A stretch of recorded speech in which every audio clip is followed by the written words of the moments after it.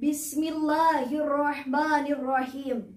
Perkenalkan, saya Dista Yulista Melisa dari SMA Al-Azhar 3 Bandar Lampung yang akan menyampaikan sebuah tausiah yang bertemakan Birrul Walidain.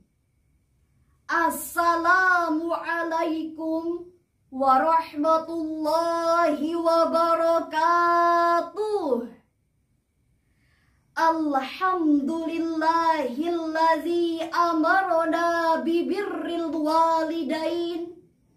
Assalatu wassalamu ala sayyidina Muhammadin wa ala alihi wa sahbihi ajma'in, amma ba'd.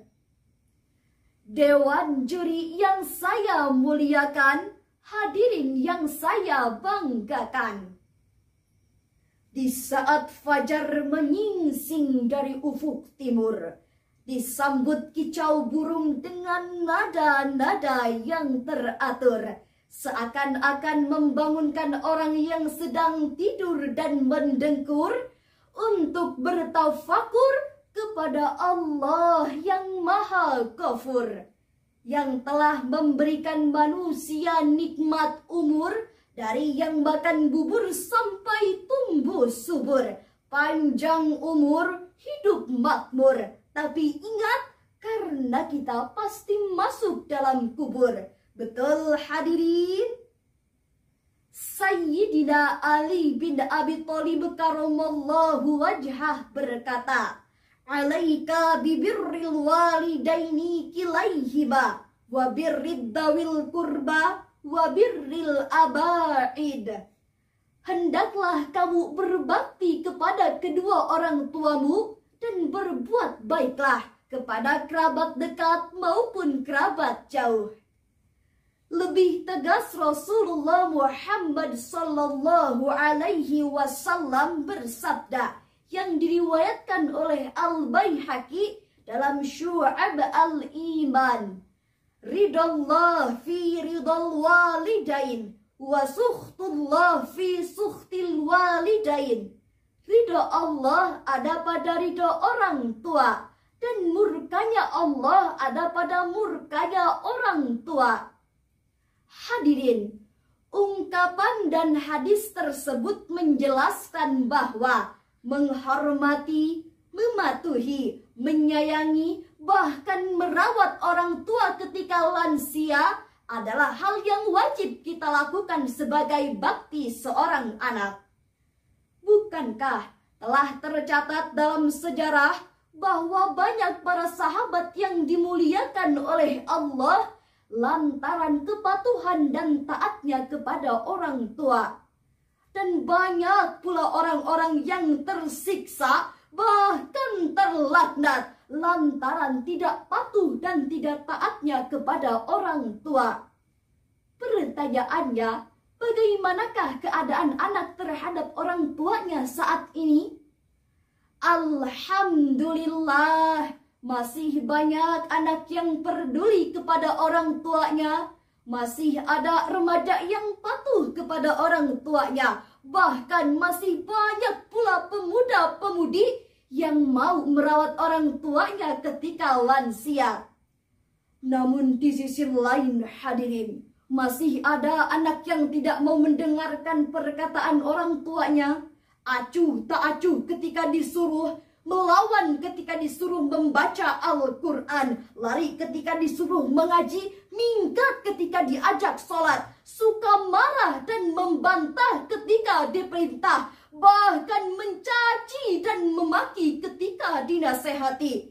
Na'udzubillahi min zalik.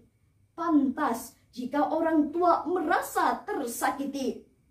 Lalu, bagaimana cara kita berbakti kepada orang tua? Sebagai jawabannya, Allah Subhanahu wa Ta'ala telah berfirman dalam Al-Quran surah Al-Isra ayat 23. A'udzu billahi minasyaitonir rajim. Bismillahirrahmanirrahim. Wa qada rabbuka alla ta'budu illa iyyahu wa bil walidaini ihsana.